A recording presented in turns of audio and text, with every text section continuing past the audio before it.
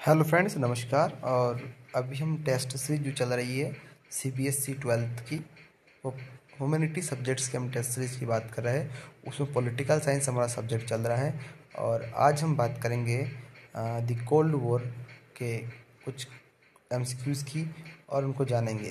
तो पहला सवाल है कोल्ड वॉर से रिलेटेड आपका, the non alignment as the strategy evolve during. Non alignment की स्ट्रेटजी कब आई थी और किस पीरियड में थी, वो ये बताना है आपको। तो ऑप्शन दे रहा है कि आपको फ्रेंच रिवॉल्यूशन, रशियन रिवॉल्यूशन और अमेरिकन रिवॉल्यूशन। और जो आपका डी ऑप्शन है वो है आपका डी ऑप्शन, कोल्ड वॉर। तो यस, इसका राइट आंसर क्या है आपका, डी है। कोल्ड वॉर के टाइम पीरियड में क्या चल रहा था आपका, ये सब सिस्टम चल रहा था, इसलिए राइट आंसर क्या हो जाएगा आपका, कोल्ड वॉर हो जाएगा दोस्तों। कोल्ड वॉर के बाद में अगर हम बात करें तो which of the following country play the role of leader in a name. जो कुछ नाम दे रखा है कंट्री के, इनमें से कौन सी कंट्री ने एक इम्पोर्टेंट रोल प्ले किया था एज अ लीडर ऑफ नाम में। तो ऑप्शन आपको दे रखे USA, USSR, Germany and India. इसका राइट आंसर इंडिया। इंडिया और इंडिया के साथ में घाना, इजिप्ट, इंडोनेशिया और इस प्रकार से पांच कंट्री ने मिलकर क्या बनाया था, आपका नाम बनाया था। नाम बना था आपका 1961 में बैंडबर्ग कॉन्फ्रेंस के बाद। तो ये आपको थोड़ा सा याद रखना, 5 इसके फाउंडर मेंबर थे, इंडिया भी उनमें से एक था। नेक्स्ट क्वेश्चन देखते हैं हम। थर्ड क्वेश्चन है आपका, neo originated with the idea of economic development of newly independent nations. What is in new, क्या था ये। तो ऑप्शन दे रहा है कि आपको इन्वायरमेंट, इकोनॉमिक, इवनिंग और ईव। ये एक्चुअली में जो न्यू है आपका, ये इकोनॉमिक ऑर्डर था। और उसका फुल फॉर्म में आप बता दूं मैं, जो न्यू है इसका फुल फॉर्म है न्यू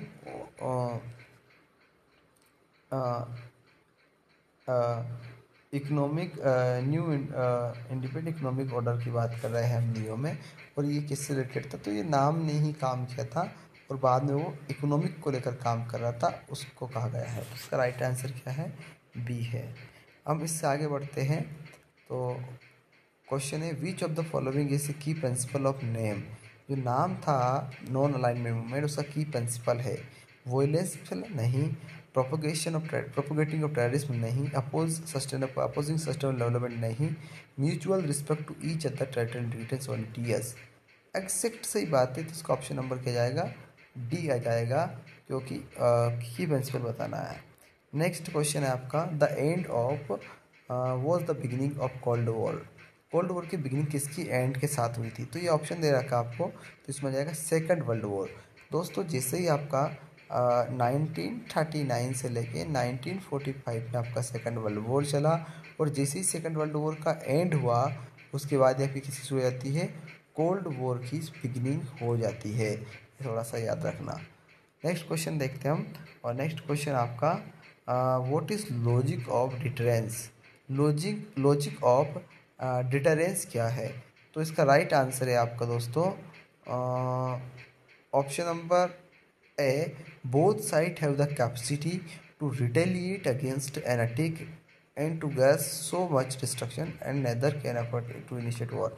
मतलब कहने का ये है कि दोनों साइड में, मतलब यूएसए और यूएसएसआर की दोनों साइड में क्या थी, कैपेसिटी थी एक दूसरे के साथ रिटेलिएट करने की और अटैक करने की, लेकिन उससे बहुत ज़्यादा नुकसान होता, तो दोनों नहीं चाहते थे, कोई भी वॉर जैसा कदम उठाना नहीं चाहता था। नेक्स्ट क्वेश्चन हम देखते हैं। तो नेक्स्ट क्वेश्चन है, which of the following belong to communist block.